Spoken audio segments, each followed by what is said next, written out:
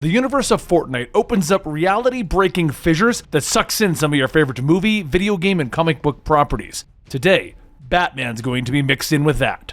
This is the Comicstorian channel where we take some of your favorite trade paperbacks and single issues and I break them down into digestible bites to help you understand. Then I read them dramatically back to you. All alterations to the panels, text, and images are to prevent copyright problems, and all art is owned by its respective companies. As I said in the beginning, the lore behind Fortnite states that the Zero Point has broken reality and is pulling in individuals from across the multiverse. That includes the DC Universe and Batman. As the skies of Gotham are ripped apart by a strange force, Gordon lights his pipe stating that it appeared about 7 minutes ago. The GCPD are already evacuating those within 6 blocks of the sighting. Batman tells him, "Widen it. Those readings are disturbing. Tachyons. Rydberg matter.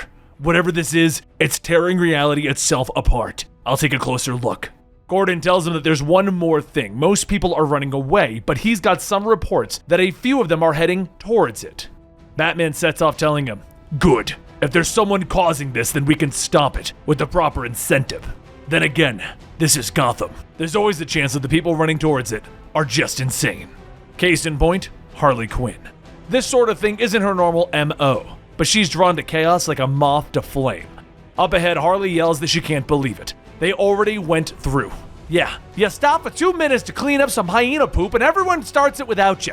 As Batman swings in, he tells Harley to get away. She has no idea what she's dealing with. But Harley spins back, shooting, telling him, that's just typical of you. Just because you don't know, you assume that I don't know what this is. Batman asks, "Who went through?" And Harley spins back, hitting him with her knee, telling her, "I ain't no snitch, and you're not gonna ruin my fun, Batty Bat." As Harley jumps off into the fissure, Batman tries to reach out, but Harley disappears into the tear, leaving Batman alone on the rooftop. He sighs, stating that there is nothing that he can do now, except try to figure out what this disturbance is. The readings from earlier are confirmed. Plus, he's picking up a disturbing amount of energy that his instruments can't identify. Whatever this is, it doesn't seem like it's coming from their world. Or even this universe. But while Batman tries to make sense of the situation, a mysterious figure swings in from behind, kicking Batman forward into the tear. He quickly turns around to try and fire his grappling hook, but as he shoots, the anchor is pulled back with him into the scene. He tries to grab onto something, anything, but as the pressure around him gets stronger, everything turns black. A short time passes and Batman wakes up in a strange place just as a purple storm is making its way towards him. He fires his grappling hook, staying ahead of the storm, but suddenly, it stops. Batman stares for a moment, thinking that nothing natural behaves this way. The only thing worse than the thought that it's externally controlled is the level of power that it would take to do that. But as Batman begins to investigate the new land, a masked man jumps out of the trees, wielding an axe. Using his training, Batman catches the man, twisting with momentum, slamming the man into the ground. He tells them, nothing. That's when Batman realizes that he can't talk. The man rolls, kicking Batman off, and Batman thinks that he can communicate with sign language. He starts to spell out, "I am, I," but stops when he realizes he doesn't know who he is. He is a trained fighter, and so is this man. Are they in some kind of a prison? Unlikely. They've both got weapons. The landscape isn't familiar. He's not from here, and he knows that he should be able to talk. At that moment, a speeding boat passes along the river and Batman takes out one of his batarangs, throwing it into the boat, letting the cable it's attached to drag the man off. Finally, taking a moment to catch his breath, Batman surveys the scene again to try and process everything that has happened. But he knows that there is somebody manipulating him, and he doesn't like being manipulated. Higher ground should give him a better view of...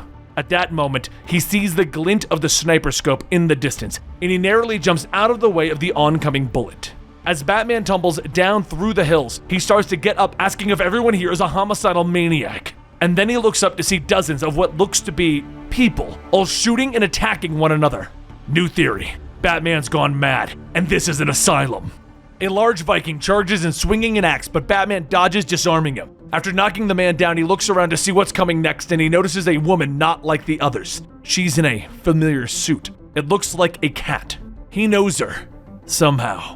And judging by her expression looking at him, he can see that it's mutual. But while looking at him, the woman is caught off guard and one of the dozens of attackers manages to get a hit in. Batman throws his batarang, knocking the attacker back, and he fights his way through the crowd to give her some space. Once settled, the two begin working together to hold the attackers back. They don't remember each other, but their coordination is flawless. Are they partners, colleagues, friends, lovers? No matter their relation, this woman is magnificent. They're going to win this, and maybe then they'll get some answers about. But before Batman could finish that thought, the storm begins to creep in again. But those in the outside, the ones stuck in the storm, they are still attacking each other. The others see it too, but they seem determined to continue the fight. Their only chance is to end this now. The two quickly take out the remaining people as the storm closes in, until finally it's just them. They need to find a way out, except there isn't one. They're going to die. She knows it too. He really wishes that they could talk to each other. He wishes that he could remember who she is. He wishes they had more time, but they don't. And there's only this moment before the end.